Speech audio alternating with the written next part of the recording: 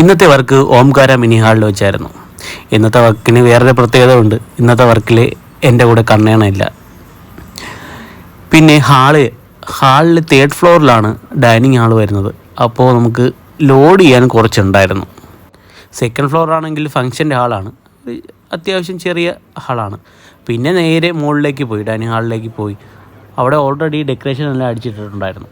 പിന്നെ സാധനം ലോഡ് ചെയ്യാനുണ്ടായിരുന്നു. സാധനം എല്ലാം ലോഡ് ചെയ്ത് മുകളിലെത്തിച്ചു. ഫ്രൂട്ട്സ് കുറച്ച് കട്ട് ചെയ്യാനുണ്ടായിരുന്നു. ഫ്രൂട്ട്സ് എല്ലാം കട്ട് ചെയ്ത് ടേബിളിൽ കയറ്റി.